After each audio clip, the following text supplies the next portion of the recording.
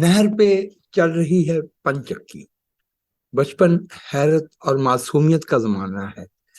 گھر میں ماں باپ کی شفقت ہو، بہن بھائیوں سے شرارتیں ہوں، یا اسکول میں ہم جولیوں کے ساتھ کھیل کود، کوئی معمولی کھلونا ہو یا پیڑ پر بیٹھے پرندے کا گیت، پاؤں پاؤں چلنا سیکھنے سے سائیکل چلانے تک کی مسرت، بارش کا چھینٹا ہو یا گرما کی کسی تپتی ہوئی شام میں اچانک نمودار ہونے والی آندھی، اور پھر کچھ وقفے سے امڑتے بادلوں کی ٹھنڈک، سرما کی دھوپ ہو یا برسات کی ہریالی، نئی پرانی عمارتوں کا سلسلہ ہو یا کسی سیرگاہ کی وسعت، میلے کی رونق ہو یا مانوس گلی کوچوں کے منظر، بازار میں راہ چل کی آوازیں ہوں یا شام ڈھلے جاگنے والی روشنیاں، شہر میں طرح طرح کی سواریوں کا ہجوم ہو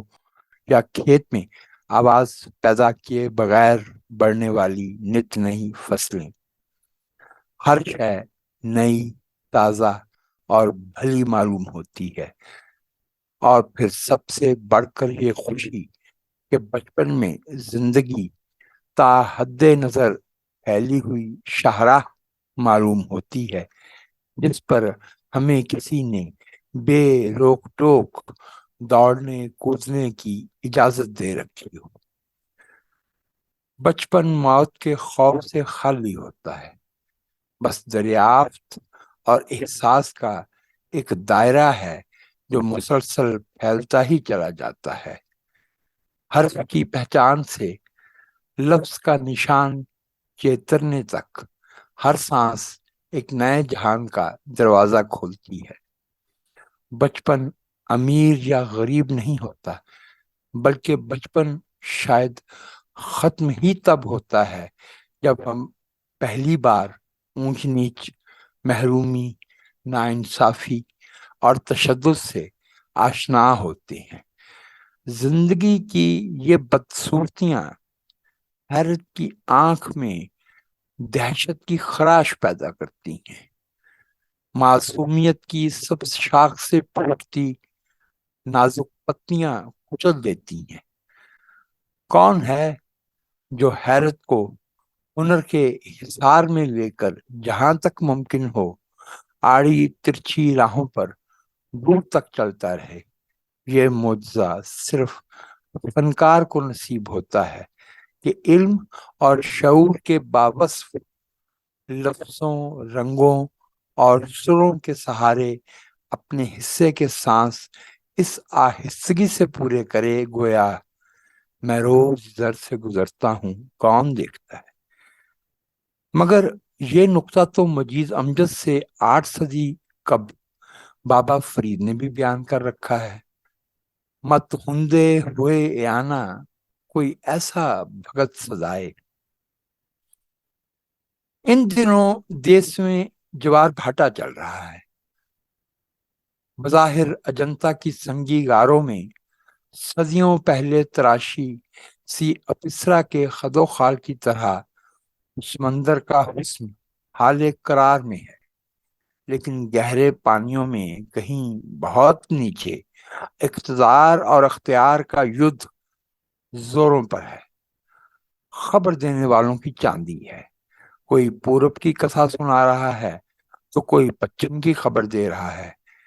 ایسے میں یہ لڑائی کا رنگ پل پل بدل رہا ہو، مجھ بے خبر کو گزرے موسموں میں پناہ ملتی ہے۔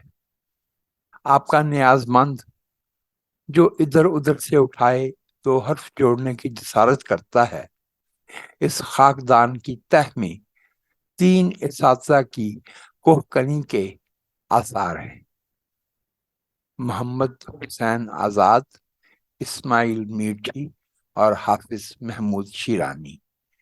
ان جوہر تراش بزرگوں نے جدید اردو کی نصابی تعلیم کی عمارت اٹھائی۔ اسماعیل میرٹھی 1844 میں پیدا ہوئے تھے، 1917 میں وفات پائی۔ اسماعیل میرٹھی کی سادگی فریب نظر ہے۔ بظاہر بچوں کے لیے لکھی نظموں میں بصیرت کے ایسے آبدار موتی ٹانک دیے ہیں کہ وقت کے چڑھاؤ سے بے نیاز ہے۔ مثلاً دو مختلف نظموں کے دو مصرے دیکھیے، بظاہر ان میں کسی باہم ربط کی تلاش کار لا حاصل ہے، لیکن آج کے پاکستان پر نظر ڈالیے تو معلوم ہوتا ہے کہ ایک صدی قبل اسماعیل میٹھی ہمارے کسی ہم عصر سے بہتر جانتے تھے کہ گزشتہ 14 ماہ میں تارے عنکبوت سے معلق پاکستان میں اصل مناقشہ کیا ہے۔ دال کی فریاد کے عنوان سے لکھی نظم کا پہلا مصرع دیکھیے، ایک لڑکی بھگارتی ہے دال، دال جو کھیت کی سبز بالی سے ہوتے ہوئے چکی کے دو پارٹوں میں پس کر ہزار جتن سے گزرتی ایک کم عمر لڑکی کی ہنڈیا تک پہنچی ہے۔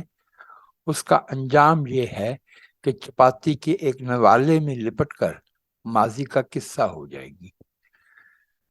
یہ ہماری سیاسی قوتوں کی کشمکش، شعلہ بجاں رہنماؤں کے بیانات، قومی اسمبلی کی پرخروش قرارداد اور صاحبان ذی وقار کے اعلانات کا کل احوال ہے۔ اب میرچھی صاحب کی نظم پنچکی کا پہلا مصرع ملاحظہ کیجیے، نہر پر چل رہی ہے پنچکی۔ مولوی صاحب نے اس نظم میں غضب کے دو مصرے لکھ دیے ہیں، ختم تیرا سفر نہیں ہوتا، نہیں ہوتا مگر نہیں ہوتا۔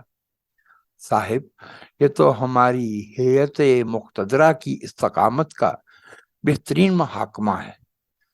چکی اپنی جگہ موجود اور مستعد رہتی ہے، اسے پرواہ نہیں کہ اس کے پاٹ پر گندم رکھی گئی ہے یا جوار کے دانے، اسے پیسنے اور پیستے رہنے سے غرض ہے۔ ٹھیک اسی طرح جیسے کافکا کے ناول ٹرائل کا اجنبی داروغہ کہتا ہے I have come to flog you and flog you I will۔ میں تمہیں کوڑے لگانے آیا ہوں اور تمہیں ہر صورت کوڑے لگاؤں گا۔ ہم نے اس زمین پر ایسے بہت سے امتحان دیکھ رکھے ہیں۔ احتیاط سے بیج منتخب کر کے موسم کی مناسبت سے کاشت کیا جاتا ہے، پوری توجہ سے آبیاری کی جاتی ہے، کئی بار تو فصل تیار ہونے میں 2 برس بھی لگ جاتے ہیں۔ ایسی جانفشانی سے تیار ہونے والی فصل بالآخر چاق و چوبند چکی تک پہنچا دی جاتی ہے۔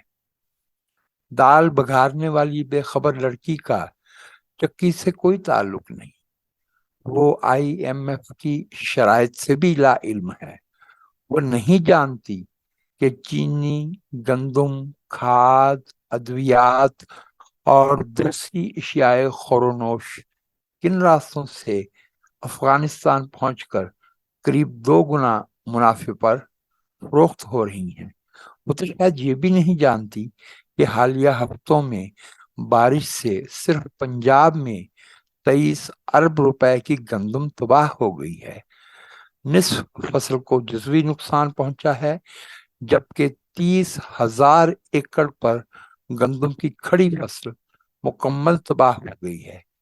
ایک معہوم سی امید البتہ باقی ہے کہ شاید دال کی فریاد سننے والی یہ معصوم لڑکی کبھی اسماعیل میٹھی ہی کا یہ شعر بھی پڑھ لے، ظلم کی ٹہنی کبھی پھلتی نہیں، ناؤ کاغذ کی کبھی چلتی نہیں۔